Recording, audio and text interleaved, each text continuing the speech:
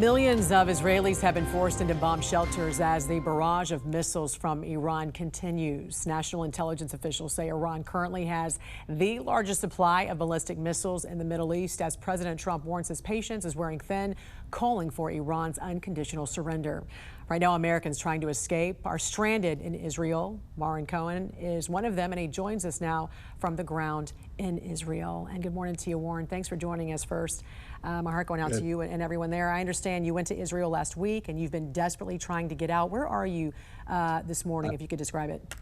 I'm, I guess, in not such a bad place given the war. I'm on the beach in Tel Aviv at the Crowne Plaza hotel, where we each floor has a bomb shelter, and there's also one in the basement. So we are, generally safe when there's a rocket alert.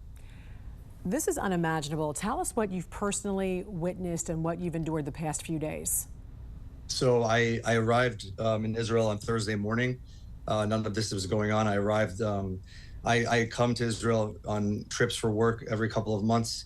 Since 10/7, since the war started, it's been, there's been less people on the streets, less tourists.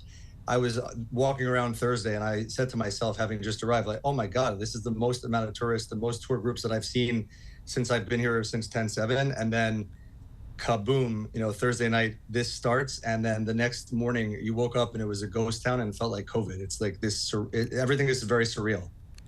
I know the U.S. Embassy is closed today and the next few days. So what are you hearing now about any evacuation plans, especially for Americans trying to get out? So what I've heard is right now there's a groundswell of people on the ground working together in trying to source either trips to Jordan or to Egypt or taking a ferry to Cyprus. So there's different ways of doing things. But as far as like a government official response and evacuation, there's been nothing yet. I emailed the government, the State Department on Sunday, so I guess 2 days after this happened, and their reply was that if there's a shelter-in-place order, the airport's closed and we're not evacuating any citizens at the moment and don't have the capacity to do that.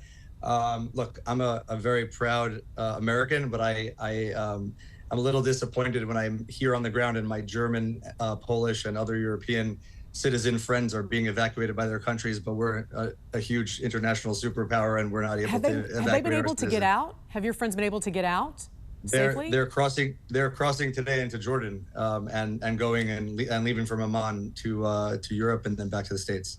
Can you describe when you do hear sirens? Tell me what the process is and what that's been like for you. Well, let me start by saying that I don't know about you, but I really like to sleep.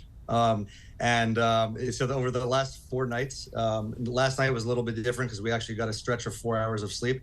But the last 4 nights before that, we were up till 9, 10 in the morning and sleeping 9, 10 till 2 in the afternoon because the entire night you're being woken up every couple hours by rocket alarms. And when the adrenaline hits you from sleep to running to a bomb shelter and hearing the sirens, the adrenaline doesn't just go away and you can't just go right back to sleep, but it's shocking. I mean, hearing the alarm outside is shocking. You have a minute and a half to get, and you want to get into the bomb shelter.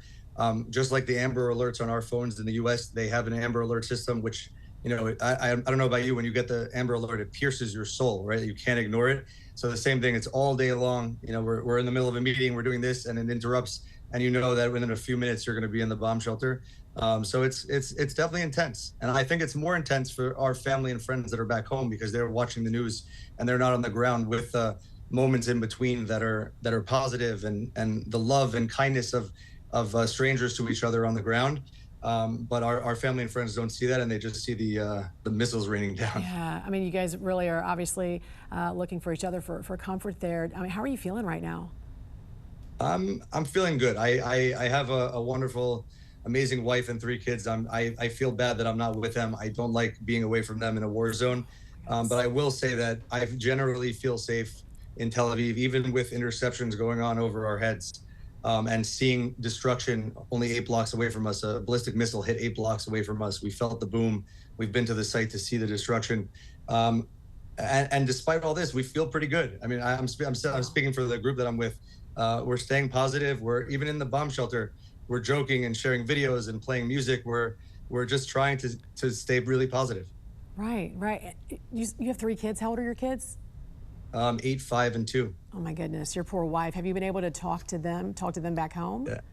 Oh yeah, yeah. To let her sleep in, I do the FaceTime, morning situation with my two little boys, and yeah, I mean, I wish I could do more. I wish I could. I want to be there. I want to get home.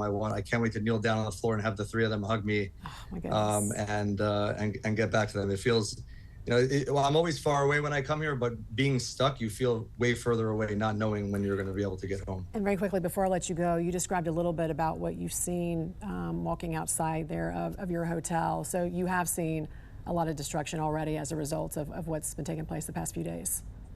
Yeah, I mean, a very main street, a few blocks from the beach where I am. We walked by and a few of the buildings are destroyed. Other office buildings, all the windows are blown out. Stores all along the street, windows blown out, and people protecting their businesses and boarding up the windows.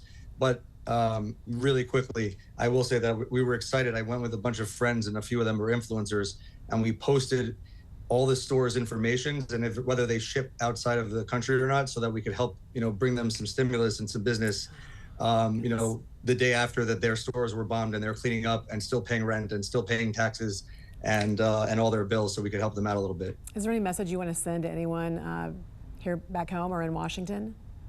I mean, I definitely asked the State Department and President Trump to try to remember us U.S. citizens and get us back. I know there's a lot going on, and Pentagon meetings and the impending whether or not the U.S. is going to get involved. But I think that we would really like to, I speak for many U.S. citizens, we'd like to get out of here. And then to those that are watching, know that, check if you know someone who's in Israel, check in on them, say hi. I've heard from friends that I haven't spoken to in 25 years, 15 years, and it's really nice, and it's strange, but very nice. So, check in with your friends, make sure they're okay, and know that they're still going out and eating shawarma and having a good time until they have to go back to the shelter. Well, praying for your safety and everyone's safety there in the Middle East, that there will be a resolution soon. Thank you for joining us, William. Thank you so much. God bless. Thank you.